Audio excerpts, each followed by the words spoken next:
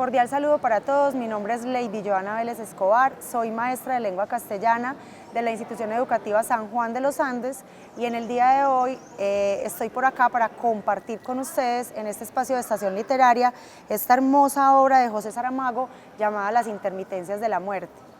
Este genio de la literatura universal nos pone aquí en esta obra a pensar qué pasaría si el sueño de muchas personas se hiciese realidad, es decir, la muerte decide tomarse unas largas vacaciones y ninguna persona en esta historia muere.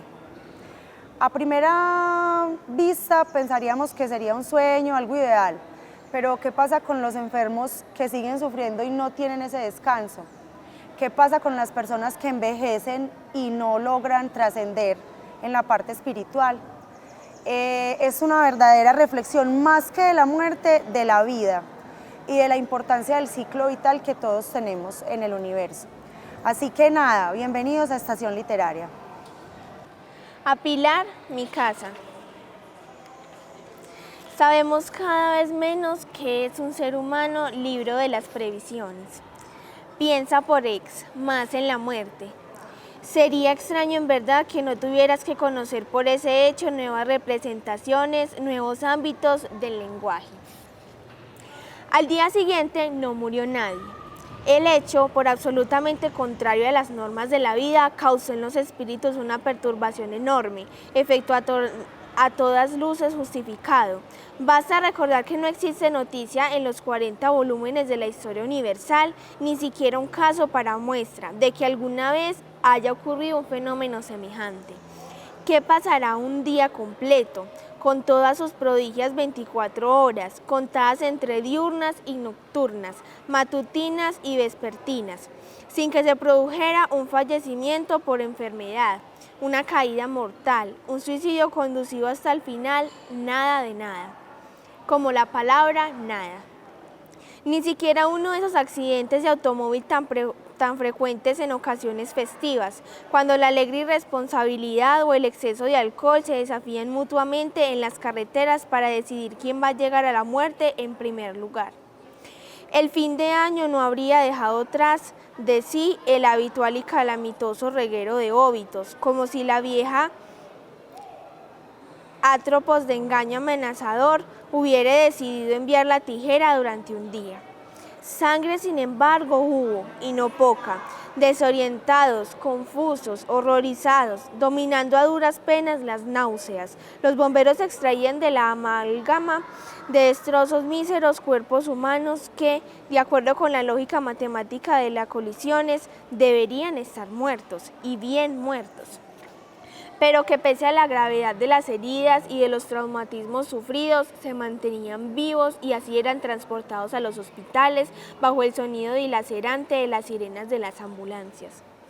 Ninguna de estas personas moría en el camino y todos iban a desmentir los más pesimistas pronósticos médicos. Este pobre diablo no tiene remedio posible, no merece la pena perder tiempo operándolo, le decía el cirujano a la enfermera mientras ésta le ajustaba la mascarilla a la cara. Realmente quizá no hubiera salvación para el desdichado el día anterior, pero lo que quedaba claro era que la víctima se negaba a morir en este.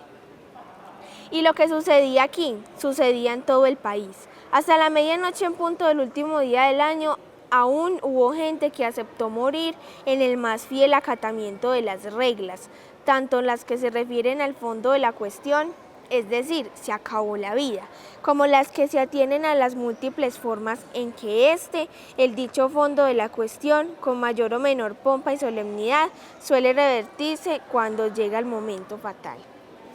Un caso sobre todos los interesantes, obviamente por tratarse de quien se trata, es el de la ancianísima y venerada Reina Madre. A las 23:59 de aquel 31 de diciembre, nadie sería tan ingenuo para apostar el palo de una cerilla quemada por la vida de la Real Señora. Perdida cualquier esperanza, rendidos los médicos ante la implacable evidencia, la familia real, jerárquicamente, dispuesta alrededor del lecho, esperaba con resignación el último suspiro de la matriarca, tal vez unas palabras, una última sentencia edificante para la formación moral de los amados príncipes, sus nietos. Tal vez una bella y redonda frase dirigida a la siempre ingrata retentativa de los súbditos futuros. Y después, como si el tiempo se hubiera parado, no sucedió nada. La reina madre no mejoró ni empeoró, se quedó como suspendida, balanceándose el frágil cuerpo en el borde de la vida, amenazando a cada instante con caer hacia el otro lado, pero atada a este por un tenue hilo que la muerte solo podía ser ella. No se sabe por qué extraño capricho seguía sosteniendo. Ya estamos en el día siguiente, y en él, como se informó nada más empezar este relato, nadie iba a morir. La tarde ya estaba muy avanzada cuando comenzó a circular el rumor de que, desde la entrada del nuevo año, más exactamente desde las 0 horas de este día, 1 de enero en que estamos, no había constancia de que se hubiera producido en el país fallecimiento alguno. Podría pensarse, por ejemplo, que el rumor tuviera origen en la sorprendente resistencia de la reina madre al desistir de la poca vida que aún le respetaba. Pero lo cierto es que el habitual parte médico distribuido por el gabinete de prensa de Palacio de los medios de comunicación social aseguraba no solo que el estado general de la real enferma había experimentado una visible mejoría durante la noche, sino que incluso sugería y hasta daba a entender, eligiendo cuidadosamente las palabras, la posibilidad de un completo restablecimiento de la importantísima salud.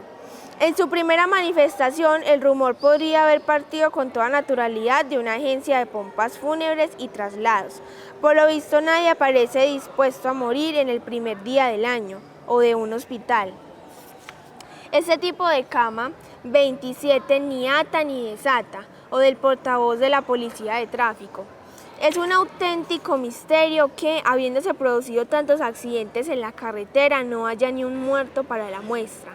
El rumor, cuya fuente primigenia nunca fue descubierto, aunque a la luz de lo que sucederá después esto importe poco, llegó pronto a los periódicos, a la radio, a la televisión, e hizo que inmediatamente las orejas de los directores, adjuntos y redactores jefes se alteraran. Son personas preparadas para olfatear a distancia los grandes acontecimientos de la historia del mundo y entrenadas para agradarlos siempre que tal convenga.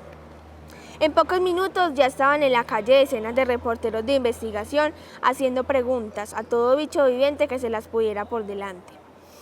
Mientras que en las caldeadas redacciones los teléfonos se agitaban y vibraban con idéntico frenesí indagador.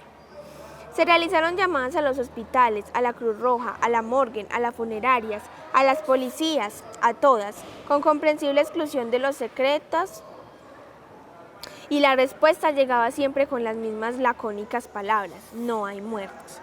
Más suerte tuvo aquella joven reportera de televisión a quien un transeúnte, alterando la mirada entre ella y la cámara, contó un suceso vivido en persona y que era copia exacta del ya citado episodio de la reina madre. Estaba sonando la medianoche, dijo, cuando mi abuelo, que parecía a punto de expirar, abrió los ojos de repente, antes de que sonase la última campanada del reloj de la torre, como si se hubiese arrepentido del paso que iba a dar, y no murió. La reportera, hasta tal punto estimulada con lo que acababa de oír, sin entender a súplicas ni protestas: por favor, señora, no puedo. Tengo que ir a la farmacia. Mi abuelo necesita la medicina. Empujó al hombre hasta dentro de la unidad móvil. Venga, venga conmigo. Su abuelo ya no necesita medicinas, gritó. Y a continuación ordenó regresar al estudio de televisión, donde en ese preciso instante se estaba preparando todo para un debate entre 3 especialistas en fenómenos paranormales, a saber, 2 brujos reputados y una famosa vidente, convocados a toda prisa para analizar y dar su opinión sobre lo que ya comenzaba a ser llamado, por algunos graciosos, de esos que no respetan nada, la huelga de la muerte. La confiada periodista trabajaba partiendo de la más grave de las equivocaciones, porque había interpretado las palabras de su fuente informativa como significado que el moribundo. En sentido literal, se arrepintió del paso que estaba a punto de dar, o sea, morir, finar, estirar la pata, y por tanto decidió dar marcha atrás. Sin embargo, las palabras que el feliz nieto pronunció efectivamente, como si se hubiese arrepentido, eran radicalmente diferentes de un perentorio se arrepintió. Unas cuantas luces de síntesis elemental y una mayor familiaridad con las elásticas sutilezas de los tiempos verbales habrían evitado el equívoco y el consiguiente repapolco que la pobre muchacha, roja de vergüenza y humillación, tuvo que soportar de su jefe directo. Lo que no podían imaginar ni uno ni otra es que la tal frase, pronunciada en directo por el entrevistado y nuevamente escuchaba en la grabación que emitió el telediario de la noche, sería entendida de la misma equivocada manera por millones de personas, lo que acababa teniendo como desconcertante consecuencia. En un futuro muy próximo, la creación de un movimiento de ciudadanos firmemente convencidos de que con la simple acción de voluntad se puede vencer a la muerte y que por consiguiente la inmerecida desaparición de tantas personas en el pasado se habría debido a la censurable flaqueza de voluntad de las generaciones anteriores. Pero las cosas no se quedaron así, dado que las personas, sin que para tal tengan que acometer ningún esfuerzo perceptible, seguirán sin morir. Otro movimiento popular de masas, dotado de una visión prospectiva más ambiciosa, proclamó que el mayor sueño de la humanidad desde el principio de los tiempos, es decir, el gozo feliz de una vida eterna aquí en la tierra, se había convertido en un bien para todos, como el sol que nace todos los días y el aire que respiramos. Pese a disputarse, por decirlo así, el mismo electorado, hubo un punto en que los dos movimientos supieron ponerse de acuerdo y fue nombrar para la presidencia honoraria, dada su eminente calidad de precursor, el intrépido veterano que en el instante supremo había desafiado y derrotado a la muerte. Hasta donde se sabe, no se le atribuyó particular importancia al hecho de que el abuelo se encuentre en estado en coma profundo y, según todos los indicios, irreversible, aunque la palabra crisis no sea ciertamente la más apropiada para caracterizar los singularismos sucesos que venimos narrando. Por tanto, sería absurdo, incoherente y atentatorio contra la lógica más común hablar de una crisis en una situación existencial justamente privilegiada por la ausencia de la muerte. Se comprenderá que algunos ciudadanos celosos de su derecho a una información veraz se pregunten a sí mismos y a unos a otros qué diablos pasa con el gobierno, que hasta ahora no ha dado la menor señal de vida. Es cierto que el ministro de Sanidad, interpelado cuando pasaba en un breve intervalo entre las dos reuniones, había explicado a los periodistas que, teniendo en cuenta la falta de elementos suficientes de juicio, cualquier declaración oficial sería forzosamente prematura. Estamos tratando de corregir las informaciones que nos llegan de todo el país, añadió, y realmente en ninguna se hace mención de fallecimientos. Pero como se puede suponer, pillados por sorpresa como todo el mundo. Todavía no estamos preparados para enunciar una primera idea sobre el origen del fenómeno y sobre sus implicaciones, tanto las intermediarias como las futuras. Podría haberse quedado aquí, lo que, teniendo en cuenta las dificultades de la situación, ya sería de agradecer. Pero el conocido impulso a recomendar tranquilidad a las personas a propósito de todo y nada, de mantenerlas sosegadas en el redil, sea como sea. Ese tropismo en que los políticos en particular, si están en el gobierno, se ha convertido en una segunda naturaleza. Por decir automatismo, movimiento mecánico, le obligó a rematar la intervención de la peor manera, como responsable de la cartelera de sanidad. Les aseguro a quienes me escuchan que no existe motivo alguno de alarma.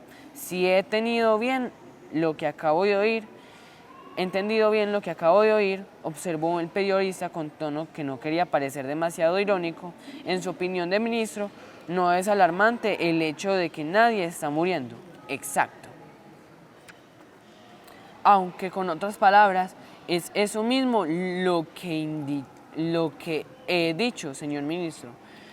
Permítame que le recuerde que todavía ayer había personas que morían y a nadie se le pasaba por la cabeza que esto fuera alarmante. Es lógico, lo habitual es morir, y morir solo es alarmante cuando las muertes se multiplican.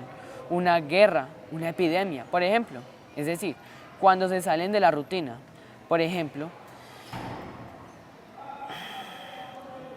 pero ahora no se encuentra a nadie dispuesto a morir. Es cuando usted nos pide que nos alarmemos. Convendrá conmigo que, por lo menos, es bastante paradójico y es la fuerza de la costumbre. Reconozco que el término alarma no tiene aquí cavidad. ¿Qué otra palabra usaría entonces? Señor ministro, le pregunto por qué. Como periodista consistente de mis obligaciones, que presumo de ser, me ocupa emplear el término exacto que sea posible. Ligeramente enfadado con la insistencia, el ministro respondió secamente: no una, sino 4. ¿Cuáles, señor? No alimentamos falsas esperanzas. Habría, si no, sin duda, un buen y honesto titular para el periódico del día siguiente. Pero el director, tras consultar con su redactor jefe, considerado desasegadamente, incluso desde el punto de vista empresarial, lanzar ese cubo de agua fría sobre el entusiasmo popular. Ponga lo mismo de siempre. Año nuevo, vida nueva, dijo. En el comunicado oficial, finalmente infundido, cuando la noche ya iba avanzada, el jefe de gobierno ratificaba que no se hubiera registrado ninguna defunción en todo el país desde el inicio del nuevo año.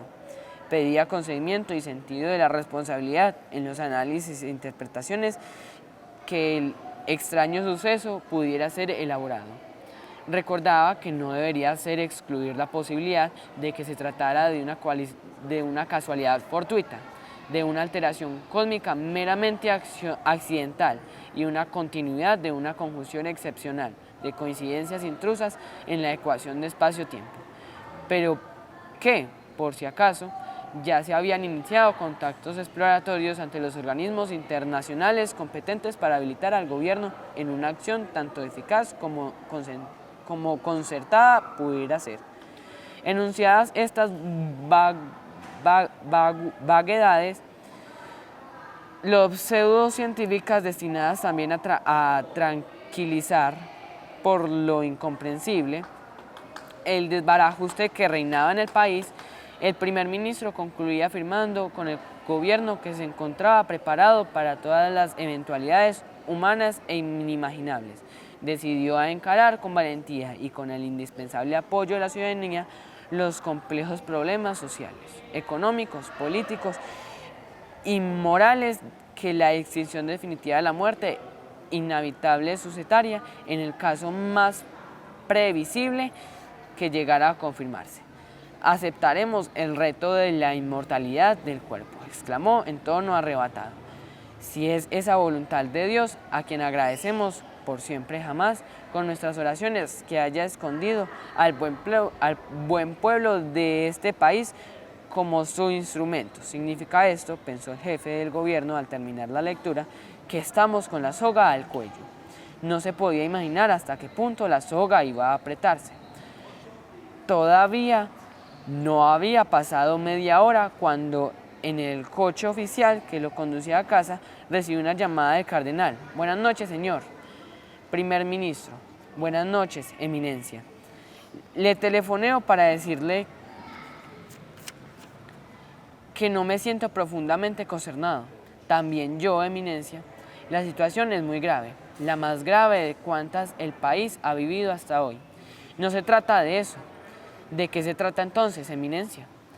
Es deplorable desde todos los puntos de vista que al redactar la declaración que acabó de escuchar, usted no tuviera en cuenta aquello que constituye los cimientos, la viga maestra, la piedra angular, la llave de la bóveda de nuestra santa religión. Eminencia, perdone, recelo no comprender a dónde quiere llegar. Sin muerte, óigame bien, señor primer ministro, sin muerte no hay resurrección, y sin resurrección no hay iglesia. Demonios, no he entendido lo que ha dicho, repítalo por favor. Estaba callado, eminencia. Probablemente habría sido alguna interferencia causada por la electricidad, por la estática o algún problema de cobertura. El satélite a veces falla. Decía usted que decía lo que cualquier católico, y usted no es la excepción. Tiene obligación de saber que sin resurrección no hay iglesia. Además, ¿cómo se le metió en la cabeza que Dios podría querer su propio fin? Afirmarlo es una idea absolutamente sacrilegia. Tal vez la peor de las blasfemias, Eminencia. No he dicho que Dios quisiera su propio fin, no con sus exactas palabras, pero admitió la posibilidad de que la inmortalidad del cuerpo resultara de la voluntad de Dios. No es necesario estar doctorado en lógica trascendental para darse cuenta de quien dice una cosa, dice la otra. Eminencia, por favor, créame, fue una simple frase en efecto destinada a impresionar, un remate del discurso, nada más.